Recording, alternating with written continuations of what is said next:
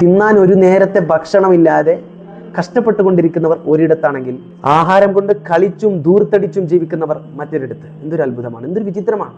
അള്ളാഹു പരിശുദ്ധ ഖുർആനിൽ തന്നെ വളരെ വ്യക്തമായി പറയുന്നുണ്ട്, ഇന്നല്ലാഹ ലാ യുഹിബ്ബുൽ മുസ്രിഫീൻ.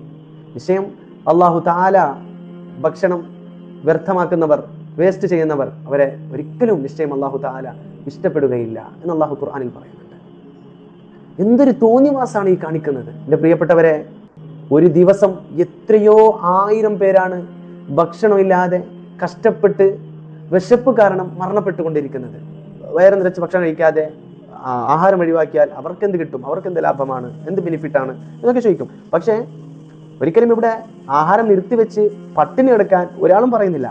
അവരവിടെ അത്രയും ഭക്ഷണം, ഒരു നേരത്തെ ഭക്ഷണം പോലും ഇല്ലാതെ ആഹാരത്തിന് വേണ്ടി കഷ്ടപ്പെടുമ്പോൾ നമ്മൾ അറ്റ്ലീസ്റ്റ് ഇസ്രാഫ് ചെയ്യാതിരുന്നാൽ തന്നെ ധാരാളമാണ്. അത് തന്നെ നമ്മൾ അവർക്ക് കൊടുക്കുന്ന ഒരു റെസ്പെക്റ്റാണ്. അവരനുഭവിക്കുന്ന ആ പ്രതിസന്ധികൾക്ക് നാം അറിയിക്കുന്ന ഒരു സന്താപമാണ് എൻ്റെ പ്രിയപ്പെട്ടവരെ. അപ്പോൾ ഫുഡ് ഇങ്ങനെ വേസ്റ്റ് ചെയ്യാതിരിക്കുക. അള്ളാഹു നമ്മൾക്ക് കനിഞ്ഞരുളിയ ഒന്നാണ് ഫുഡ്, റിസ്ക് എന്നുള്ളത്, അല്ലേ? അതുകൊണ്ട് റിസ്ക് ഇല്ലാതാവുമ്പോഴേ അതിൻ്റെ വാല്യൂ നമ്മൾക്ക് മനസ്സിലാവുള്ളൂ.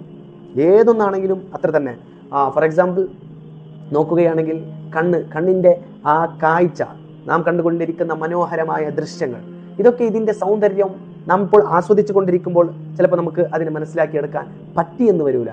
പക്ഷേ അത് ഇല്ലാതായാൽ ആ കണ്ണിൻ്റെ യഥാർത്ഥമായ മൂല്യം, ആ വാല്യൂ നമ്മൾക്ക് അറിയാൻ നമ്മൾക്കൊണ്ട് സാധിക്കും. അതുപോലെ തന്നെയാണ് ഒരു നേരത്തെ ഭക്ഷണം ഇല്ലാതിരിക്കുമ്പോൾ നമ്മൾക്ക് അതിൻ്റെ വാല്യൂ, ആ ഭക്ഷണത്തിൻ്റെ വാല്യൂ നമ്മൾക്ക് മനസ്സിലാവും. അത്തരത്തിലുള്ള പട്ടിണി കൊണ്ട് നമ്മളെ പരീക്ഷിക്കാതിരിക്കട്ടെ, അല്ലേ? അല്ലാഹു തആല എല്ലാം കാണുന്നുണ്ട്. പക്ഷെ ഒരു ദിവസത്തിന് വേണ്ടി ഒരു പിടി പിടിച്ചാൽ പിന്നെ നമ്മൾക്ക് അതിൽ നിന്ന് ഊറാൻ പറ്റൂല എൻ്റെ പ്രിയപ്പെട്ടവരെ.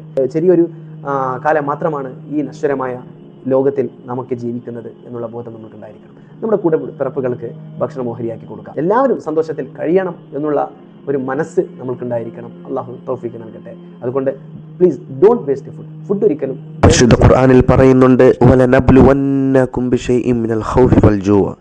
പേടികൊണ്ടും അതുപോലെ തന്നെ വിശപ്പ്, പട്ടിണി കിടൽ കൊണ്ട് നിങ്ങളെ പരീക്ഷിക്കുമെന്ന് അള്ളാഹു ഖുർആനിൽ പറയുകയാണത്രേ. എൻ്റെ പ്രിയപ്പെട്ടവരെ, അള്ളാഹു തആല അത്തരത്തിലുള്ള സംഭവങ്ങളെ തൊട്ട്, അത്തരത്തിലുള്ള പരീക്ഷണങ്ങളെ തൊട്ട് നമ്മളെ കാത്ത് രക്ഷിക്കട്ടെ.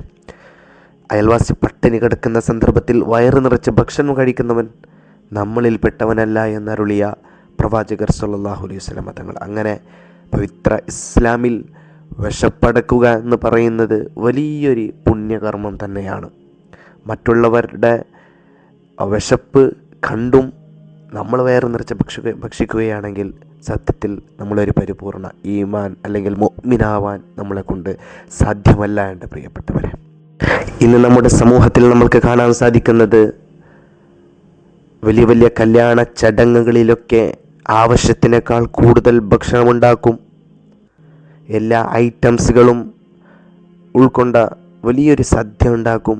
പക്ഷേ അതിൽ ഏകദേശം പകുതിയോളം നമ്മളതിനെ എറിഞ്ഞു കളയും.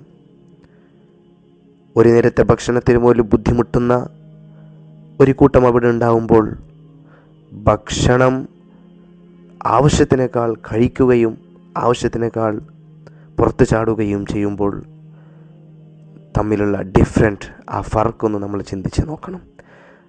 നമ്മൾക്ക് അതേ ഭക്ഷണം നാളെ ഓരോ ഭക്ഷണത്തിൻ്റെ ഓരോ അംശവും പറക്കിയെടുക്കാനുള്ള ഒരു സന്ദർഭം നമ്മൾക്ക് അല്ലാഹു തആല വരുത്താതിരിക്കട്ടെ എന്ന് നമ്മൾക്ക് പ്രാർത്ഥിക്കാം.